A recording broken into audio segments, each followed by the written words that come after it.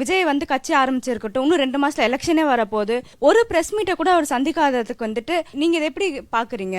ஒரே ஒரு கேள்வி கேட்பேன், எல்லாரும் சேர்ந்து கை மட்டும் தூக்குங்க. கடைசியா நான் இந்த அரசியல் தலைவரோட பேட்டியை ஃபுல்லா பார்த்தேன் டிவில. ஸ்டாலின் பேட்டி கொடுத்துருந்தாரு, நான் ஃபுல்லா பார்த்துட்டேன். கை மட்டும் தூக்குங்களேன், சும்மா தூக்குங்க. ஒருத்தருமே பார்க்கலையா ஸ்டாலின் பேட்டி? நாளை ஐஏஎஸ் ஆஃபீஸர் ஆகி நீங்க அந்த ஸ்கீம் எல்லாம் எழுதணும். எடப்பாடி பழனிசாமி பேட்டி ஃபுல்லா பார்த்தேன், கை தூக்குங்களேன். எடப்பாடி பழனிசாமி டெய்லி பேட்டி கொடுக்குறாரு. அவர் சேலத்துல இருந்தாலும் கொடுக்குறாரு, சென்னையில இருந்தாலும் கொடுக்குறாரு. அவர் பேட்டி ஃபுல்லா பார்த்தேன். ரெண்டும் பார்க்கல. நீங்கள் இவ்வளோத்துக்கு குடிமை பண்ணி தேர்வாகிறீங்க. 3வது கேள்வி நான் இப்போ வர்றேன். சீமான் பேட்டி நான் ஃபுல்லாக பார்த்தேன். எத்தனை பேர்? 1 2 3 பேர், ஓகே 4 பேர் 5 பேர்.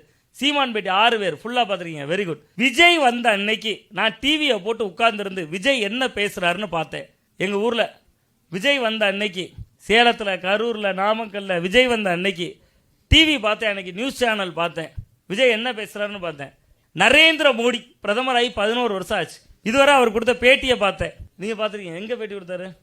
அவர் செய்தியாளர் சந்திப்பே நடத்துறே கிடையாது, பிரதமரா இருக்காரு. நம்ம 100 கோடி பேர் அவர் தான் ஆட்சி செய்யறாரு. GT Holidays, South India's #1 travel brand. Download ShareChat.